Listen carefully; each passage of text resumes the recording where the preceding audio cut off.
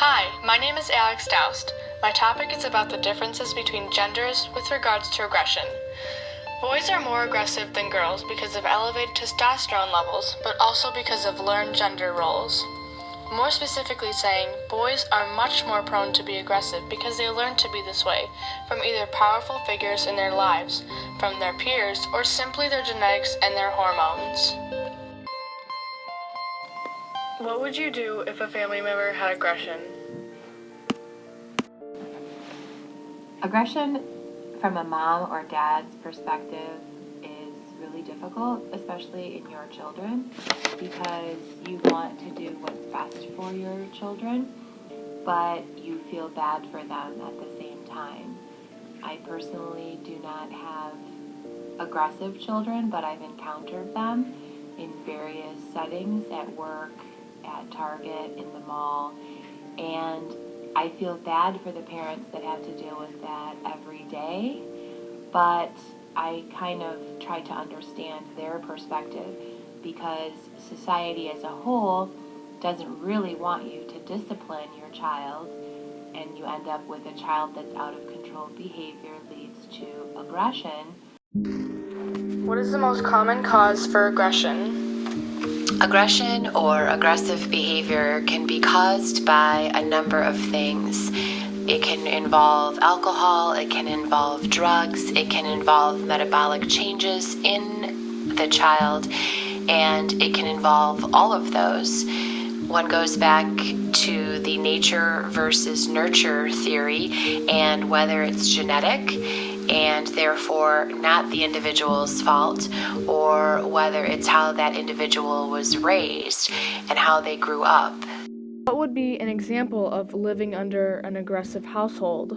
So, for example, if someone grew up in an aggressive household with domestic violence, that individual may be more predisposed to domestic violence and aggressive behavior because that's what they know, that's what they've seen, and that's what they're used to, particularly if the aggressive behavior is not punished or reprimanded. In your position of being a nurse practitioner, how would aggression be treated? Aggression or aggressive behavior can be treated in a variety of ways. One must first consider the form of aggression or aggressive behavior and treat it accordingly based on the age and the nature of the aggression. And what are also some examples of treating this? For example, one may consider music therapy for a small child.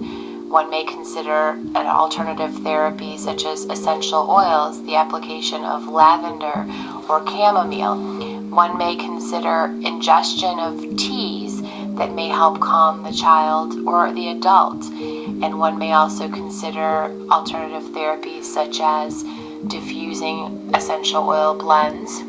There are also ways to calm oneself, such as meditation. Yoga has been shown to be especially helpful for people who are aggressive or who need to calm themselves.